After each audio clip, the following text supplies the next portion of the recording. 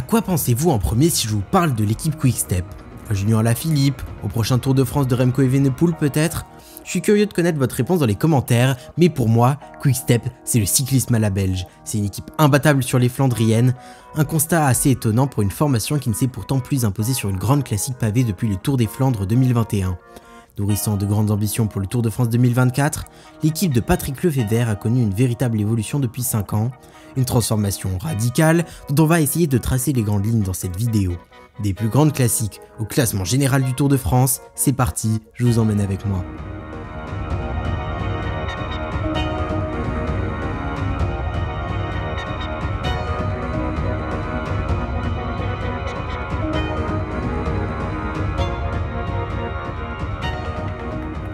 À l'heure où je vous parle, on n'est plus qu'à 2 semaines du grand départ du Tour 2024 à Florence, et peu importe son issue, il constitue un vrai tournant dans l'histoire récente de l'équipe qui nous intéresse, la Soudal Quick-Step, vous l'aurez compris.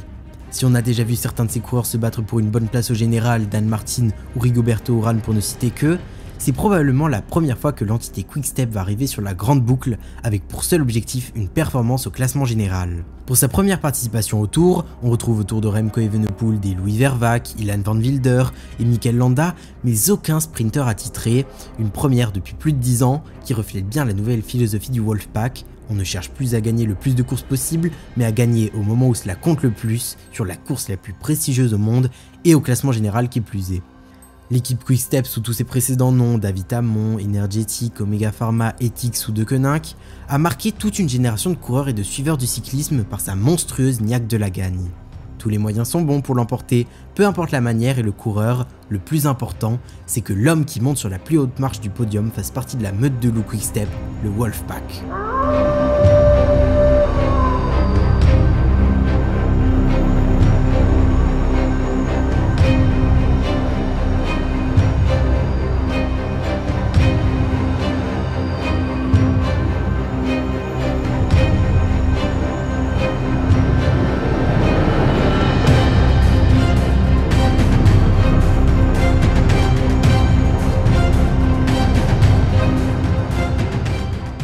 C'est simplement impossible de faire un résumé significatif de toutes les victoires des hommes de Patrick Lefevere sur les courses flandriennes, tellement elles se sont accumulées pendant les 20 dernières saisons. Quick-Step, c'est pendant de longues années la reine des classiques d'un jour, la meilleure équipe du monde, qui attire les meilleurs coureurs du peloton et qui fait entrer n'importe qui dans une toute autre dimension.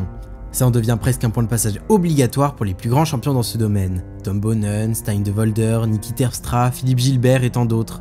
Quick-Step, en plus de cette brochette de légende de notre sport, c'est aussi le cocon des meilleurs punchers et sprinters de la planète, tout ça sous le signe de la course à la belge et d'une mentalité inimitable. Au sein du dénommé Wolfpack, chacun a une chance de l'emporter au départ, que ce soit physiquement ou tactiquement.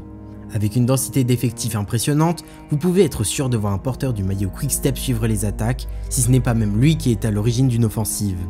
Une fois qu'un membre de la meute est en bonne position pour jouer la victoire, le reste des loups s'en remet à lui, un principe assez simple qui a permis à l'équipe belge de devenir une véritable machine à gagner. Elle ne comptera jamais moins de 50 succès de 2012 à 2019. En 2018, Quick-Step bat son record avec 73 victoires. Cette année-là, 14 des 28 coureurs auront levé les bras au moins une fois. Malgré les 64 succès du team de Koninck Quick-Step qui vont suivre, 2019 est paradoxalement un nouveau point de rupture dans l'histoire de l'équipe qui va considérablement réduire son efficacité et cette caractéristique rage de vaincre. Début 2019, personne ne s'attend à ce que l'équipe abandonne son amour des classiques belges pour jouer les courses par étapes, et c'est pour une raison assez simple, ce n'était pas du tout prévu, pas planifié et peut-être même pas souhaité. Julien Alaphilippe a bien porté le maillot jaune pendant 14 jours et fini 5ème du Tour de France, la meilleure performance de l'histoire de l'équipe au classement général, mais ce n'est pas la raison de cette transformation puisqu'on connaît aujourd'hui la trajectoire qu'a pris sa carrière par la suite. L'élément déclencheur du changement de visage de la Quick-Step a un nom et il s'appelle Remco Evenepoel. Où s'arrêterait Remco Evenepoel? Permettez-moi de poser cette question. Remco Evenepoel. Remco Evenepoel. Attaque de Remco Evenepoel, on l'attendait. Première explosion de Remco Evenepoel.